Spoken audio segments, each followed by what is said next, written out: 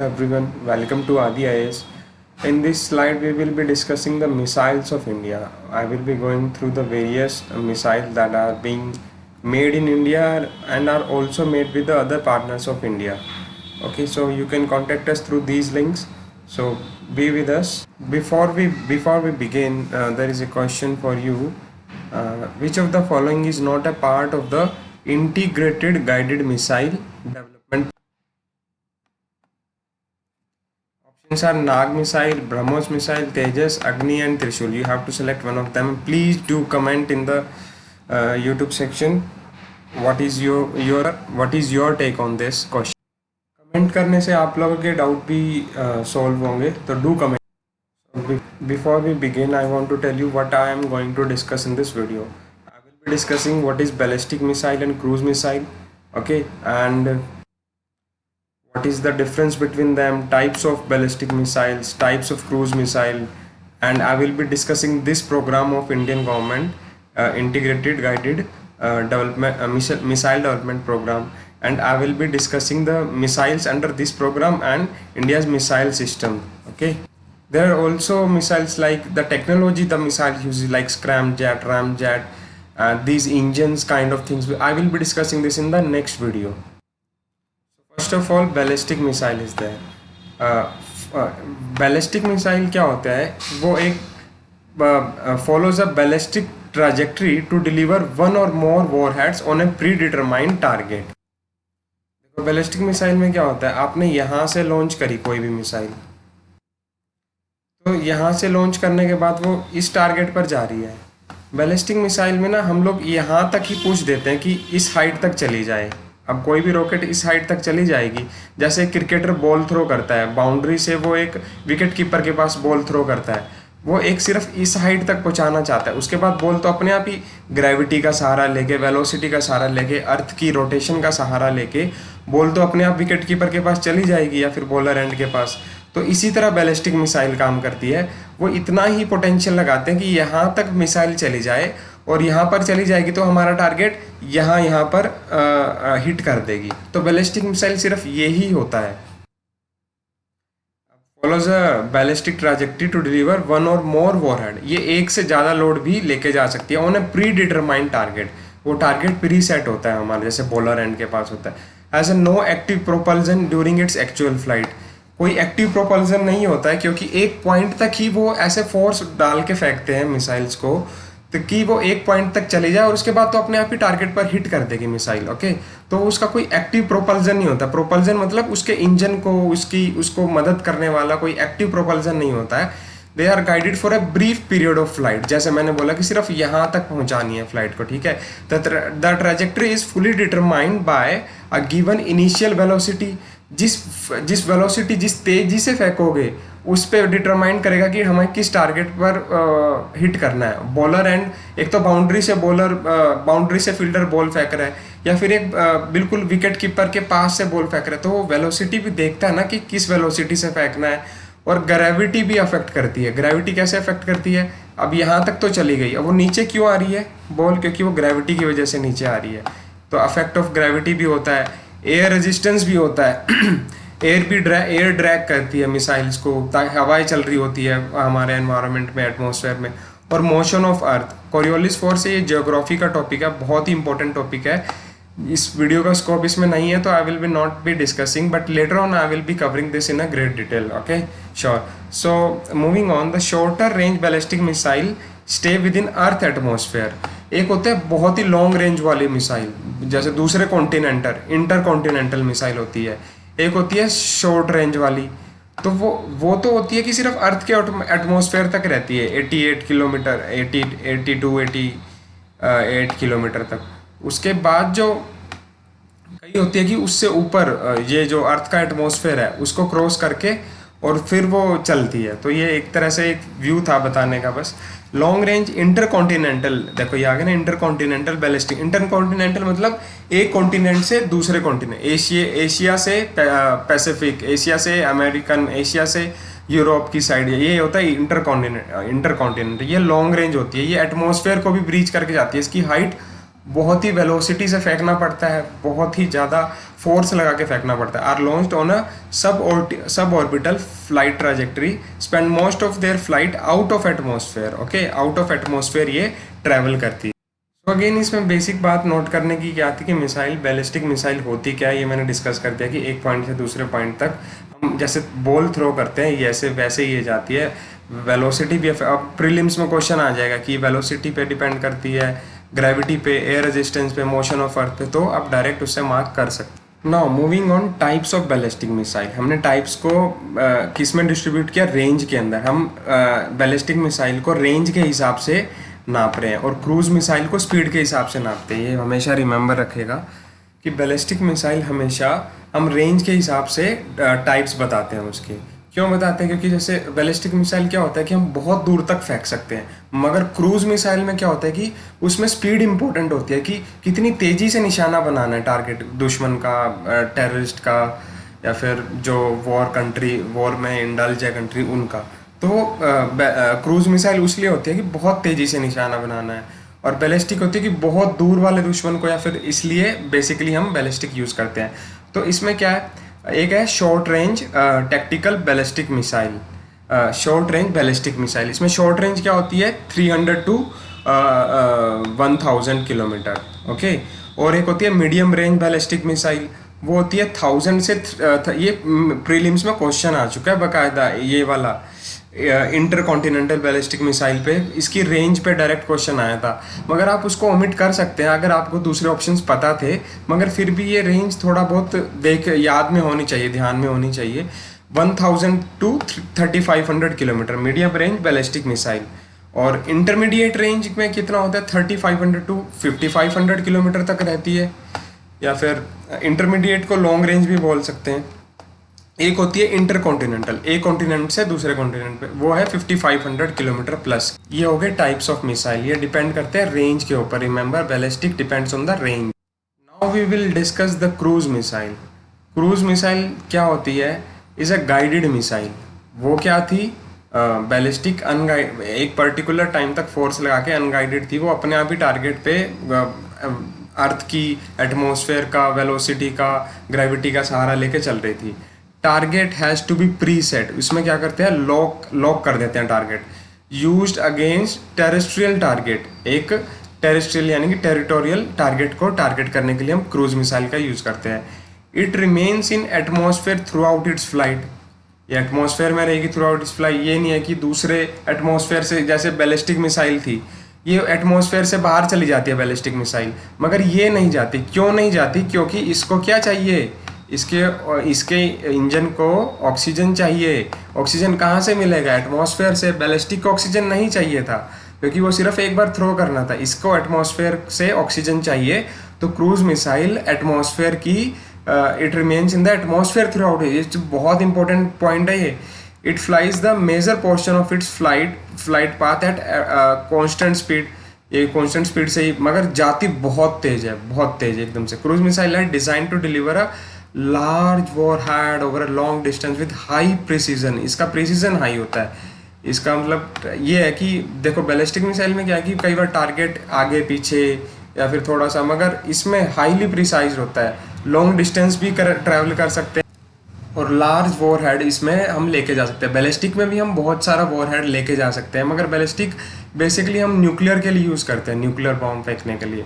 Modern cruise missile, next point is modern cruise missile are capable of travelling at supersonic speed. Supersonic speed क्या होती है, more than Mach 1। Mach 1 is speed of sound, speed of sound से भी ज़्यादा speed जो होती है उसे हम बोलते हैं सुपरसोनिक स्पीड, रिमेंबर रखिएगा।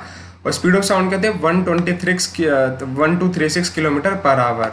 और हाई सबसोनिक, मतलब सबसोनिक मतलब सुपरसोनिक से नीचे वाली, या तो हम क्रूज मिसाइल को सुपरसोनिक से भी ज़्यादा पे ट्रैवल करा सकते हैं, मतलब वेरी करती है सबसोनिक। मैक 1 से ऊपर भी कई क्रूज मिसाइल तो 3-4 मैक की है। ओके, वो बहुत ही ज़्यादा 4-5 हज़ार किलोमीटर की स्पीड से चलती है। Are self navigating, okay, self navigate करती है, यानी कि जो इनका पाथ है वो नेविगेट, वो सेल्फ करती है। Are able to fly non ballistic. Non ballistic में क्या, नॉन बैलिस्टिक का मतलब क्या है, एक बार ये ध्यान से समझिएगा देखो बैलिस्टिक में क्या था, ऐसे जाना था भाई, क्रूज क्या जाएगी, क्रूज ऐसे जाएगा, सीधा भी जा सकता है, ये फ़र्क है। ये कोई नहीं बताएगा, सही बता रहा हूँ मैं। ऐसे छोटी छोटी बातें ना, मगर पेपर में बहुत कई बार छोटी छोटी बातों पर आए हैं क्वेश्चन, बहुत आए हैं question. Extremely low altitude trajectory, ये बहुत ही लो एल्टीट्यूड ट्राजेक्ट्री पे भी उड़ सकती है क्योंकि इसको ऑक्सीजन चाहिए, रिमेंबर मैंने बता दिया है। तो क्रूज मिसाइल ये होती है। Now we are discussing the types of cruise missile. देखो पहले क्या था, टाइप्स ऑफ बैलिस्टिक मिसाइल, वो किस पे डिपेंड करते थे, रेंज के ऊपर, and this depend upon the speed. Okay, this is very important कि हम क्रूज मिसाइल को स्पीड में क्यों नापते हैं, क्योंकि वो हमें स्पीड चाहिए उसके लिए। और बैलिस्टिक मिसाइल एक थ्रो है, थ्रो के लिए तो हमें रेंज चाहिएगी, हमें स्पीड से इतना वो उसमें मैचअप नहीं कर पाते। तो एक होता है हाइपरसोनिक स्पीड, हाइपरसोनिक होती है Mac 5।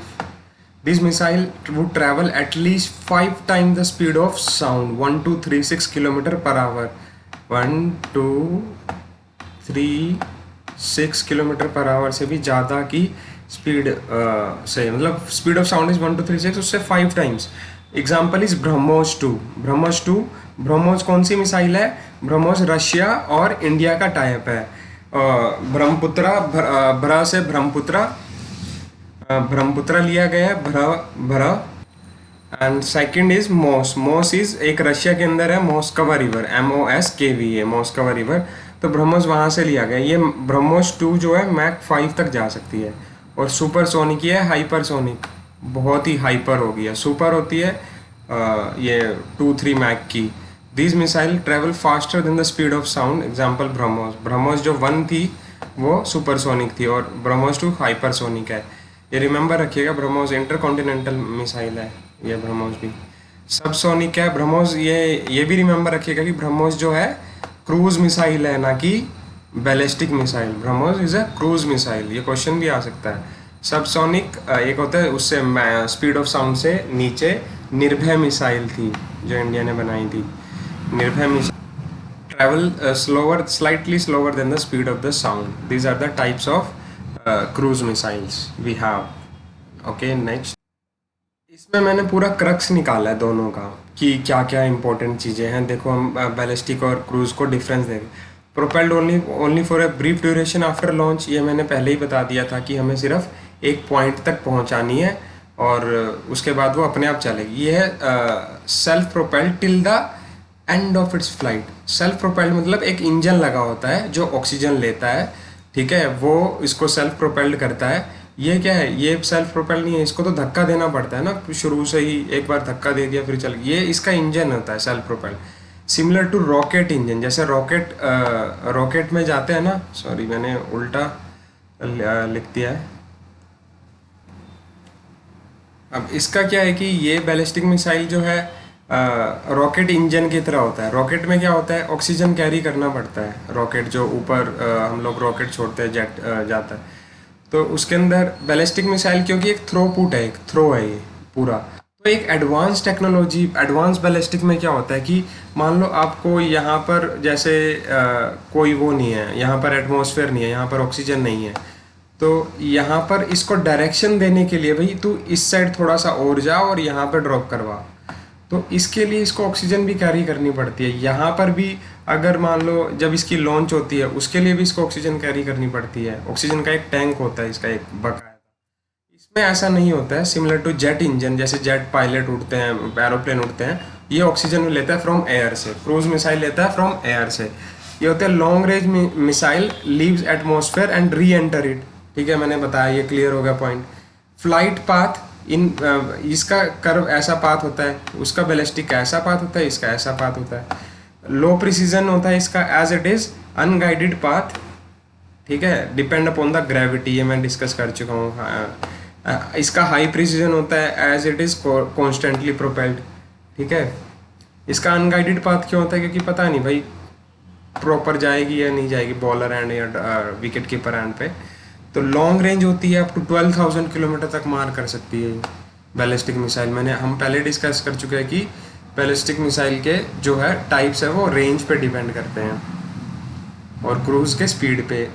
Range is small as it needs to be constantly propelled. इसको कॉन्स्टेंटली इंजन जाता है तो उसमें ईंधन कैसा है, कितना है। देखो 500 किलोमीटर के लिए भी चलने के लिए बहुत सारा ईंधन चाहिए होता है, तो इसके लिए ये रेंज इसकी स्मॉल रह जाती है। Heavy payload carrying capacity, payload is limited, क्योंकि ये तो एक बार थ्रो करना है ना। देखो, और इंजन अगर लेके जाएगा हैवी लोड, उसके अंदर फ्यूल भी है, तो फ्यूल और भी खर्च होगा, तो उसकी पेलोड कैपेसिटी क्रूज़ की लिमिटेड है। मल्टीपल पेलोड्स जा सकता है इसके अंदर, usually carries a single payload because of the engine load. Remember, ये छोटी छोटी अपने आप लिंक करोगे ना तो अपने आप हो जाएगा ये सारी चीज़ें याद। Primarily carry nuclear warhead, nuclear bomb, क्योंकि देखो न्यूक्लियर अगर दूसरे कॉन्टिनेंट पे दूसरी जगह गिराना है तो लॉन्ग, जैसे पाकिस्तान में अगर हम यहाँ से भेजते हैं या फिर चाइना पे गिराते हैं, तो चाइना के तो कोई कॉन्टिनेंट हमारे से 1000 किलोमीटर दूर है, तो उसके लिए हमें बैलिस्टिक का यूज़ करना पड़ेगा। प्राइमली कैरी कन्वेंशनल वॉरहेड, जैसे ये तो क्रूज तो कन्वेंशनल वॉरहेड जैसे बॉम्ब होता है, मिसाइल्स होती हैं छोटी मोटी, उसके लिए छोटी मोटी नहीं, ब्रह्मोस भी एक बहुत तगड़ी मिसाइल है। इवन ब्रह्मोस को भी न्यूक्लियर कैपेबल बनाने का वो हो रहा है। तो इसके टाइप क्या है, पृथ्वी 1, पृथ्वी 2, अग्नि 1, अग्नि 2, धनुष, ये हम डिस्कस करेंगे अभी नेक्स्ट स्लाइड में।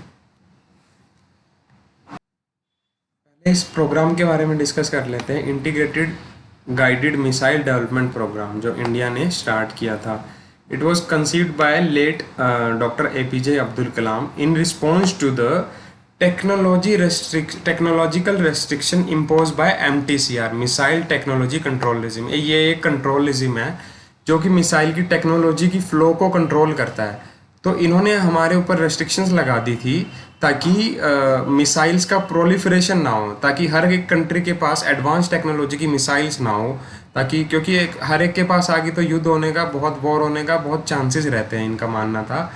तो इन्होंने जब रेस्ट्रिक्शंस लगाई तो हमारे जो रॉकेट मैन है APJ अब्दुल कलाम, उन्होंने कमान संभाली और इन्होंने DRDO की वेरियस लेबोरेटरीज डेवलप की under this programme. Various missiles man of India भी कहा जाता है APJ अब्दुल कलाम को, इसीलिए ही कहा जाता है क्योंकि इस प्रोग्राम के अंदर उनकी बहुत बड़ी भूमिका थी। इन्होंने बहुत बड़ा ही played a very big role in this.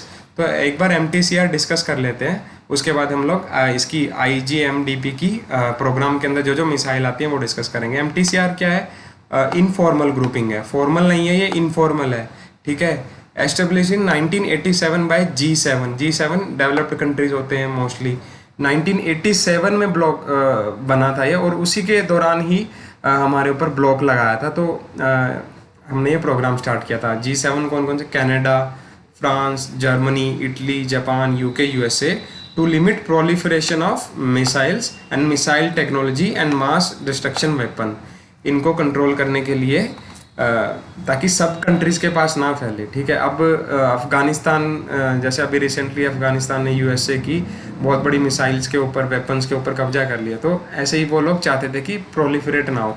MTCR places particular focus on rockets and unmanned aerial vehicle, ये बहुत ही इंपॉर्टेंट है, प्री का भी पार्ट आ चुका है पहले। इनका फोकस क्या था, सिर्फ रॉकेट पे और अनमैन्ड एरियल जो UAV टाइप के व्हीकल होते हैं, capable of delivering a payload of at least 500 kg to a range of 300 kilometre. इनका फोकस इसी पे था, ठीक है। MTCR is not a treaty, ये ट्रीटी नहीं है, मेन बात ध्यान रखिएगा। And does not impose any legally binding नहीं है किसी भी कंट्री के ऊपर। ये एक सिर्फ टैक्टिकल प्रेशर बनाता है। जो फॉरेन पोर्टफोलियो होता है, फॉरेन डिप्लोमेसी होती है, उसके अंदर ये लोग कंट्री डिसाइड करते हैं कि अगर इस कंट्री को ये टेक्नोलॉजी मिल गई तो हम इसके ऊपर ये इकोनॉमिक सैंक्शन लगा देंगे, ये कर देंगे, ठीक है, और दूसरे सैंक्शंस लगा देंगे। तो एक पॉलिटिकल गेम होता है, मगर लीगली बाइंडिंग नहीं है, ठीक है। और अब क्या है, अब इसके अंदर 35 मेंबर्स हैं MTCR के अंदर। अब इंडिया भी इसके अंदर आ गया। देखो ना हमारी इमेज कहाँ से कहाँ आ गई है, कहाँ हमारे लिए ये ग्रुपिंग बनी थी, मतलब हमारे लिए नहीं, स्पेसिफिक टारगेट तो हमें किया गया था, और अब 35 मेंबर्स में इंडिया भी इसके ग्रुप के अंदर आता है, तो हमारी इमेज कहाँ से कहाँ पहुँच गई।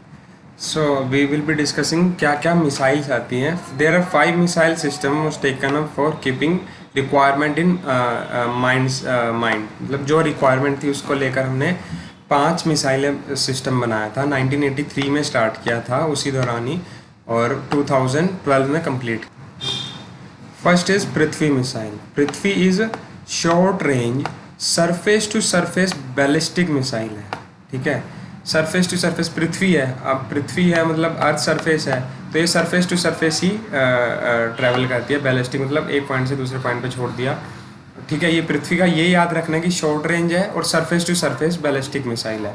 अग्नि, Agni is intermediate range surface to surface ballistic missile, ये भी सरफेस टू सरफेस है। त्रिशूल, त्रिशूल क्या होता है? त्रिशूल जैसे अब सरफेस टू एयर है, short range low level surface to air missile.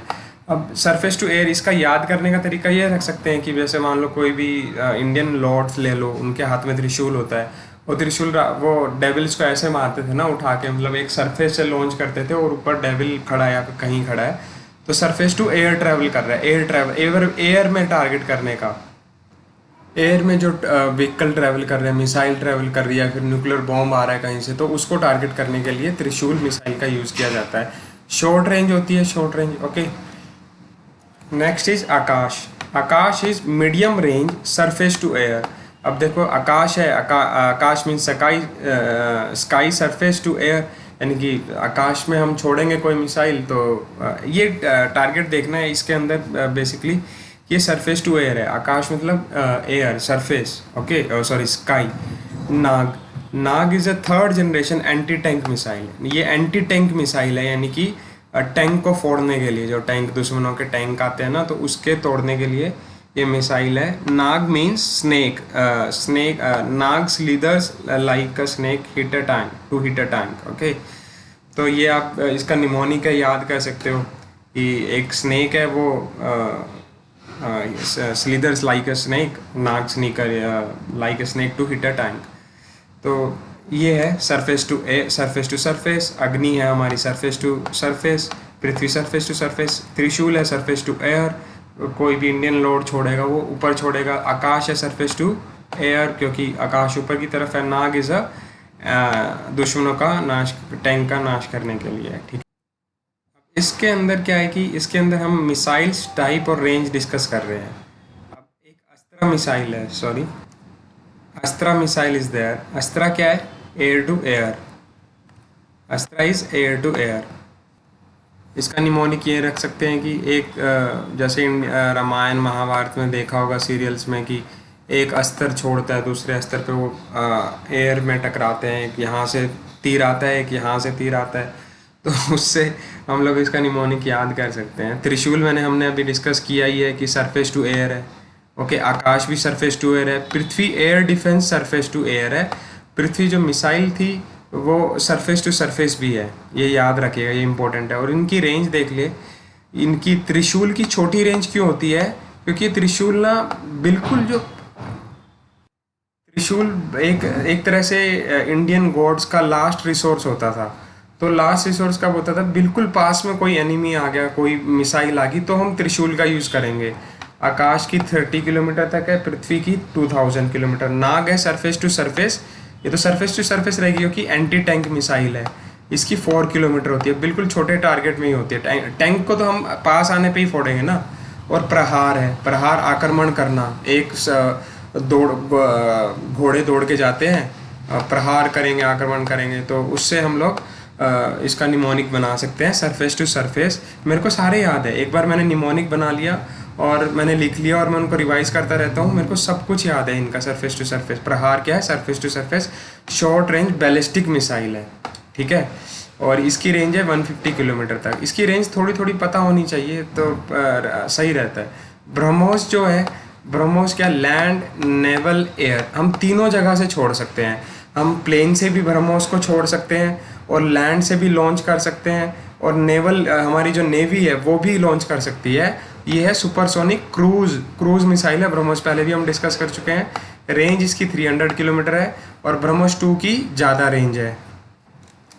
निर्भय भी हम डिस्कस कर चुके हैं, निर्भय भी लैंड, नेवल, एयर से है। सब सोनिक क्रूज मिसाइल है निर्भय भी, और 1000 किलोमीटर तक की रेंज है। ब्रह्मोस, ये ब्रह्मोस 1 की है, मैक 1, ब्रह्मोस 2 था 5 मैक तक था आई गेस।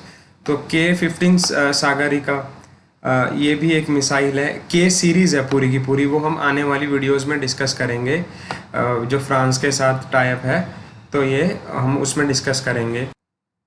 के जो सीरीज़ है, जो फ्रांस के साथ हमारा प्रोजेक्ट है उसके अंडर हमने के सीरीज़ नाम से बहुत सारी मिसाइल बनाई है जो कि सबमरीन लॉन्च्ड है। Submarine launch ballistic missile, SLBM is submarine launch ballistic missile under water to surface. Under water to surface के की बहुत सारी है, इसकी हम आने वाले टाइम में सारी डिस्कस करेंगे।